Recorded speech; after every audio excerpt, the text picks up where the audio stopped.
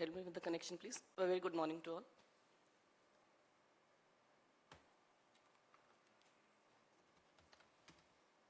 Completely par excellence. I will just be talking a little bit about the role of corneal imaging in microbial keratitis and the role of AI in that. So it's a cliche, but it's true that the cornea is the window to the eye. And I'd like to think of it that the corneal imaging is a window within that window. The main two techniques which are used are the ASOCT and the in vivo confocal microscopy, the latter being more useful, as we'll see. So various patterns have been identified on ASOCT for microbial keratitis. Just to share a few, for example, if we see hyperreflective material over the epithelium or endothelium, this is inflammatory plaques. Fibrin may be seen as a cobweb on the cornea or in the AC as well, and tissue destruction would be seen as stromal thinning. But as is obvious from these images, these patterns are not specific to any particular microorganism. So they are more suggestive of somewhat of a pathology rather than an etiology. But in some cases, retrocorneal plaques have been shown to be a pointer towards an etiology, although it's not useful in all cases. For example, in herpetic keratouveitis, it's said that there's a clear demarcation between the plaque and the posterior cornea, whereas in fungal keratitis, the plaque will have irregular borders.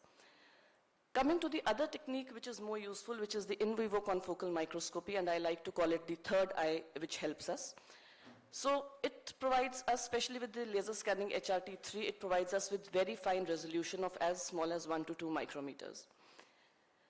So this is a situation which we see all the time. It's clinically fungal, but sometimes its KOH is negative for hyphae, your culture doesn't grow all the time. And confocal microscopy, we see these crisscrossing interlocking structures, which in no doubt are hyphae, which are branching, bifurcating, and these are usually not seen in isolation, so that's important. Another case, this is a 25-year-old male with a dirty-looking epithelium and some stromal infiltration. Clinical examination, of course, is always important, as Dr. Radhika mentioned in the beginning, and we see that there are these linear structures at the periphery, which is probably suggestive of radial keratoneuritis. And you go in and you see classically on confocal microscopy, this is the oblique view where you see acanthamoeba cysts, which may be double-walled or they may not be double-walled depending on the image that we got. And these are usually 10 to 20 microns in diameter, but the size may vary and they may be very small as well as very large. Now, why IVCM in fungal and acanthamoeba keratitis and also in other atypical keratitis? Because both can be difficult to culture. Detection may take up to 2 weeks even in positive cultures, and organisms may be located deep in the corneal stroma, sometimes requiring a corneal biopsy. And IVCM tends to overcome these difficulties because it gives you an instant diagnosis or points you towards the instant diagnosis, and it can significantly shorten the diagnostic delay and improve the patient outcomes. Especially for acanthamoeba and fungal, the sensitivity and specificity both are quite high in the range of 90% or even greater, and it's even been shown in fungal keratitis to have a greater sensitivity than cultures. Another example, this is a 35-year-old lady referred as having a ring infiltrate on treatment with antifungals. A cornea person looking at it would think that it looks like a wreath-like pattern. You do a confocal microscopy and you see multiple short beaded filamentous structures which are thinner than fungal hyphae. And I would just like to draw your attention to how closely this pattern resembles what is seen on these beaded filaments which are seen on the Gram stain, and this was a case of nocardia. And so the treatment is with topical amikacin, and the patient responds beautifully because amikacin is the drug of choice in this case.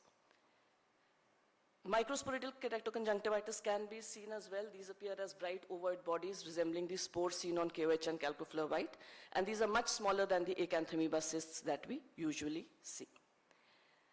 So clinical situations where IVCM has an edge is deep lesions not accessible to sampling, unresponsive and atypical keratitis, and culture and PCR negative keratitis. For any unusual looking case, if we have confocal microscopy, that's usually my first go-to investigation even before we send the patient for scrapings.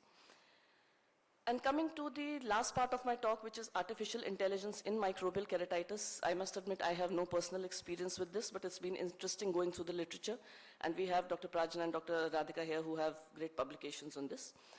So as I understand it, there are different levels of artificial intelligence, and the one which is most useful is deep learning.